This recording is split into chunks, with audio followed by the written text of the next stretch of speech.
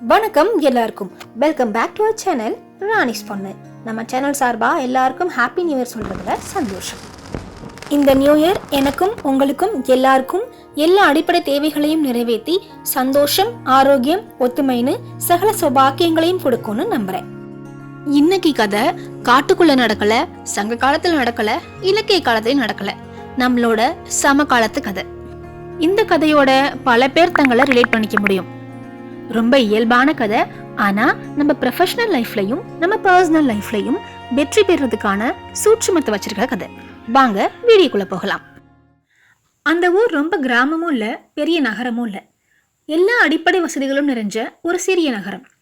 அங்க இருக்க ஒரு கம்பெனில தான் கிளர்க்கா வேலையில சேர்ந்தாரு திருமூர்த்தி. கிட்டத்தட்ட 7 வருஷமா அங்கேயே தான் வேலை பார்க்கறாரு. அந்த கம்பெனில அவருக்கு தெரியாத வேலையே இல்லை. எல்லா வேலையும் தெரியும். ஆனா அவருக்கான அங்கீகாரம் இல்லை. இப்படி இருந்தா யாருக்கு தான் நிம்மதி இருக்கும்? டெய்லி வேலைக்கு போனாலும் தனக்கான தன் திறமைக்கான மரியாதையும் அங்கீகாரமும் இல்லைன்னு ரொம்ப வருத்தப்பட்டுக்கிட்டே தான் வேலைக்கு போயிட்டு வந்துட்டு இருந்தாரு. இருந்தாலும் அவர் வேலைக்கு போறதுலையோ அந்த வேலைக்காக அவர் எடுத்துக்கிற சிரதையிலையோ எந்த குறையுமே வைக்கல. இப்படியே நாட்கள் நகர்ந்துச்சு. ஒரு நாள் சாயந்தரம் வேலை முடிச்சுட்டு வீட்டுக்கு வரும்போது வழியில அவரோட பள்ளிப்பருவ நண்பரான இளங்கோவை பார்க்கறாரு.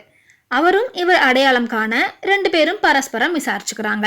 திருமூர்த்தியோட ஃப்ரெண்ட் அரசாங்க வேலையில இருக்காரு, நல்ல சம்பளம், இப்பதான் மாற்றலாகி இந்த ஊருக்கு வந்திருக்காருன்னு தெரிஞ்சுது. திருமூர்த்தியும் தன்னை பத்தி முழு விவரமும் சொல்லிட்டு முகத்தை தொங்க போட்டுக்கிறாரு. தன் நண்பரோட நிலைமைய நல்லா புரிஞ்சுக்கிட்ட இளங்கோ ஒரு ஐடியா சொல்றாரு. அதாவது, நீ நாளைக்கு உங்க கம்பெனிக்கு லீவ் போடு, மறுநாள் வேலைக்கு போயிட்டு என்ன வந்து பாரு அப்படின்னு சொல்றாரு. திருமூர்த்தி உடனே, லீவா?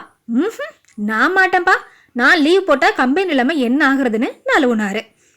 ஆனால் இளங்கோ விடுற மாதிரி இல்லை.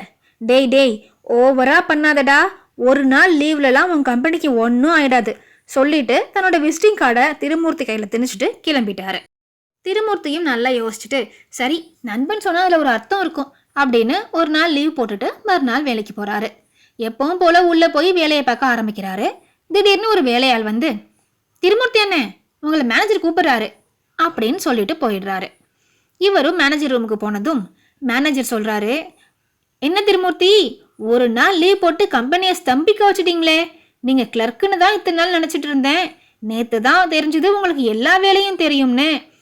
எந்த டிபார்ட்மெண்ட்ல எந்த கேள்வி கேட்டாலும் திருமூர்த்திக்கு தான் தெரியும், அவரை தான் கேட்கணும்னு சொல்றாங்க, உங்களுக்கு கூட நேத்து 2-3 ஃபோன் வந்திருக்குமே அப்படின்னு கேட்க, திருமூர்த்தி, ஆமா சார் வந்துச்சு, எக்ஸ்பிளைன் பண்ணிட்டேன் சார், ரொம்ப வருஷமா இங்கே இருக்கிறதுனால எல்லா வேலையும் கற்றுக்கிட்டேன் அப்படின்னாரு. மேனேஜரும், புரியுது, ஆனால் இவ்வளவு திறமையான டெடிக்கேட்டடான ஆளை ஏன் இத்தனை வருஷமா கிளர்க்காக மட்டுமே வச்சுருந்தாங்கன்னு தான் தெரியல. சரி இந்தாங்க, இந்த கவரை பிடிங்க, இதில் உங்கள் ப்ரமோஷன் லெட்டர் இருக்குது, இனிமேல் நீங்கள் வெறும் கிளர்க் இல்லை, சீனியர் கிளர்க்கு, சேலரியும் இன்க்ரீஸ் ஆகுது, எல்லா டீட்டெயிலும் கவரில் இருக்குது அப்படின்னு சொல்லி ஒரு கவரை நீட்டினாரு. திருமூர்த்திக்கு இதெல்லாம் கனவா நினைவான்ற மாதிரி இருந்துச்சு. ஆனா மனசுக்குள்ள ரொம்ப சந்தோஷம். நேரா ஃப்ரெண்டை பார்க்க தான் ஓடினாரு. டே இளங்கோ, என்னடா பண்ண? எங்க புது மேனேஜர் உன் ஃப்ரெண்டா? உன் அதிகாரத்தை வச்சு நீ தான் ரெக்கமெண்ட் பண்ணியா? எனக்கு ப்ரமோஷன் கொடுத்துருக்காங்கடா, இது எனக்கு எத்தனை வருஷ கனவு தெரியுமா? என்னடா பண்ண அப்படின்னு சொல்ல, இளங்கோ மெதுவா, டேய் நான்லாம் ரெக்கமெண்ட் பண்ணல, ஈவன் எனக்கு உன் மேனேஜர் யாருன்னு கூட தெரியாது, இது உன் திறமைக்கான அங்கீகாரம்டா.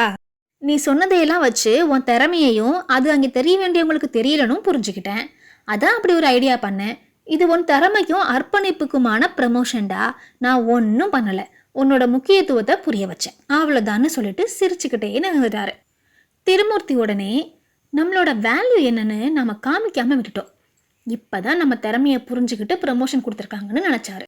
இதோட நிற்கல. 3 மாதம் கழிச்சு ஒரு நாள் லீவ் போடுறாரு. கம்பெனிலேருந்து ஃபோன் பண்ணுறாங்க, இது எங்கே இருக்குது அது எங்கே இருக்குன்னு. இவரும் சொல்கிறாரு. மறுநாள் ஆஃபீஸ் போகிறாரு. மேனேஜர் கூப்பிட்டு சூப்பர்வைசராக ப்ரமோட் பண்ணுறாங்க. அந்த வேலையையும் சிறப்பாக பார்க்குறாரு. பட் அடுத்த 3 மாதத்தில் மட்டும் 2 முறை லீவ் போடுறாரு. பழையபடியே நடக்குது. இப்போ ஆஃபீஸராக ப்ரமோட் ஆகிறாரு. இது திருமூர்த்திக்குள்ள சந்தோஷத்தையும் தன்னை விட்டால் இங்கே வேலை பார்க்க ஆள் இல்லைங்கிற எண்ணத்தையும் உருவாக்குது. இதை ஒரு தவறான உதாரணமாக எடுத்துக்கிட்டு மாதம் 2 முறை அல்லது வாரம்னு லீவு போட ஆரம்பிக்கிறாரு. நாட்கள் நகருது. அடுத்த 6 மாசங்கள் இப்படியே ஓடுச்சு. ப்ரொடக்ஷன் மேனேஜர் அளவுக்கு முன்னேறிட்டாரு. லீவு போட்டாலும் அது வரைக்கும் நல்லா ஒர்க் பண்ணிக்கிட்டு இருந்தவர்கிட்ட சின்சியாரிட்டி குறைய ஆரம்பிச்சது. இம்முறையும் லீவு போட்டுட்டு கம்பெனிக்கு போறாரு. உதவியால் வந்து மேனேஜர் உங்களை கூப்பிடுறாருன்னு சொல்றாங்க. இவரும் இந்த முறை நாம அசிஸ்டன்ட் மேனேஜர் ஆயிடுவோம்னு கனவோட போறாரு. கதவை தட்டி பெர்மிஷன் கேட்டு உள்ள போனவருக்கு ஒரு ஷாக். அவர் நினைச்ச மாதிரியே மேனேஜர் கவரை நீட்டினாரு. ஆனா ப்ரமோஷனுக்கு இல்ல, டெர்மினேஷனுக்கு. வேலை போயிடுச்சு. இவர் பதட்டமா, ஏன் சார் என்னாச்சு, என் திறமை மேல சந்தேகம் வந்துடுச்சா அப்படின்னு கேட்குறாரு. அதுக்கு மேனேஜர், ஆமா திருமூர்த்தி, உங்க திறமை மேல இல்ல, உங்க டெடிகேஷன் மேல. திறமையா வேலை பார்க்க 1000 பேர் கிடப்பாங்க. எங்களுக்கு டெடிகேஷனான ஒர்க்கர் தான் வேணும். இதை விட முக்கியமான வேலை இருக்க போக தானே அடிக்கடி லீவ் போடுறீங்க. போங்க, அந்த வேலையை போய் பாருங்க. நாங்க உங்க இடத்துக்கு வேற ஆளை பார்த்துட்டோம் அப்படின்னாரு. இவருக்கு வருத்தத்தோட கோபம் தான் அதிகமா வந்துச்சு. நேரா ஃப்ரெண்டு இளங்கோவை பார்க்க போனாரு. இளங்கோ இவரை பார்த்ததும், டேய் வாடா திருமூர்த்தி, எப்படிரா இருக்க, பார்த்து ரொம்ப நாள் ஆச்சு அப்படின்னு சந்தோஷப்பட்டாரு. போடா, நீயும் உன் ஐடியாவும், உன்னால என் வேலையே போச்சு அப்படின்னு கத்தினாரு திருமூர்த்தி. இளங்கோவுக்கு ஒண்ணுமே புரியல. என்னடா சொல்ற, நான் என்ன பண்ணேன், நாம பார்த்தே பல மாசம் ஆச்சே அப்படின்னாரு. திருமூர்த்தி உடனே, ஆமாதான், ஆனா நீ சொன்னதுனால தானே நான் ஆஃபீஸ்க்கு லீவ் போட்டேன். இப்ப அதையே தான் காரணமா காட்டி என்னை வேலையை விட்டு தூக்கிட்டாங்க அப்படின்னாரு.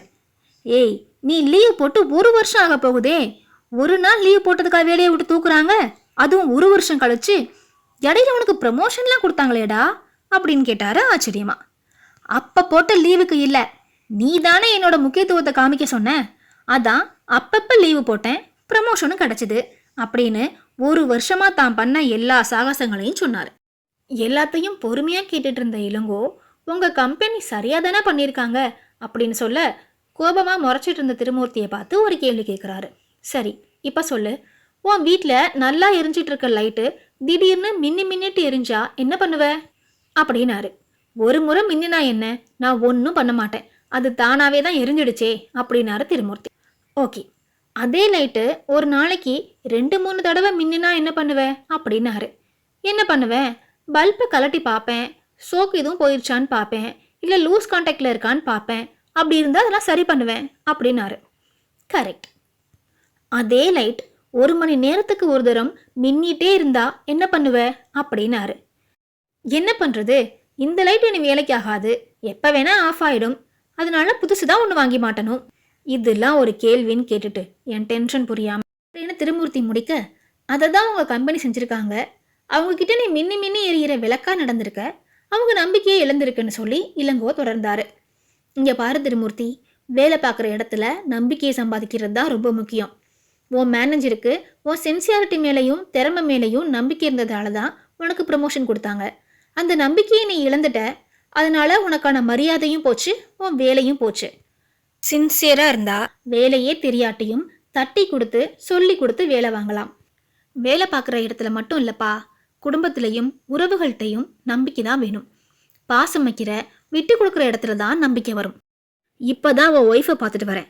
உன் முக்கியத்துவத்தை வீட்டில் நிலைநாட்டுறதுக்கு உன் ஒய்ஃப் கிட்டையும் குழந்தைங்க கிட்டையும் நான் சம்பாதிக்கிறேன்னா உங்கள் நிலைமை என்ன தெரியுமா, நடுத்தெருவில் தான் நிற்கணும். நான் சொல்கிறதையெல்லாம் கேட்காட்டி கிளம்பி போயிருங்கன்னு திரும்ப திரும்ப சொன்னியாமே. முதல்ல பயந்த உன் ஒய்ஃப் இப்போ பயப்பில்ல, துணிஞ்சிட்டாங்க. உன்னையே நம்பி கல்யாணம் பண்ணிட்டு வந்த உன் ஒய்ஃப்க்கு இப்போ உன் மேலே நம்பிக்கையே இல்லை. சுத்தமாக நம்பிக்கை போனதுக்கு பிறகுதான் தன்னம்பிக்கையோட வேலைக்கு போகவே ஆரம்பிச்சிருக்காங்களாம். இப்போ உன்னை நம்ப யாருமே இல்லை தெரியுமா, வெளி உலகத்துலையும் வீட்லையும் அப்படின்னு கேட்க திருமூர்த்தி வெட்கி தலை குனிஞ்சாரு. இப்போ கூட ஒன்றும் இல்லை, விட்ட இடத்துல பொடி, தப்புக்கு மன்னிப்பு கேளு, உன் குடும்பத்தில் நீ இழந்த நம்பிக்கையை மீட்டெடு, உனக்கான ஒரு நல்ல வேலையோட உன் வீட்டில் ஒன்று வந்து பார்க்குறேன் அப்படின்னு சொல்லிட்டு திருமூர்த்திக்கு நம்பிக்கையை கொடுத்துட்டு நகர்ந்தாரு இளங்கோ. இந்த வீடியோ பிடிச்சிருந்தா லைக் பண்ணுங்க, சப்ஸ்கிரைப் பண்ணுங்க, உங்க ஃப்ரெண்ட்ஸ் அண்ட் ஃபேமிலிக்கு ஷேர் பண்ணுங்க. மற்றும் ஒரு பதிவில் சந்திக்கிறேன். நான் ராணியோட பொண்ணு. டாடா.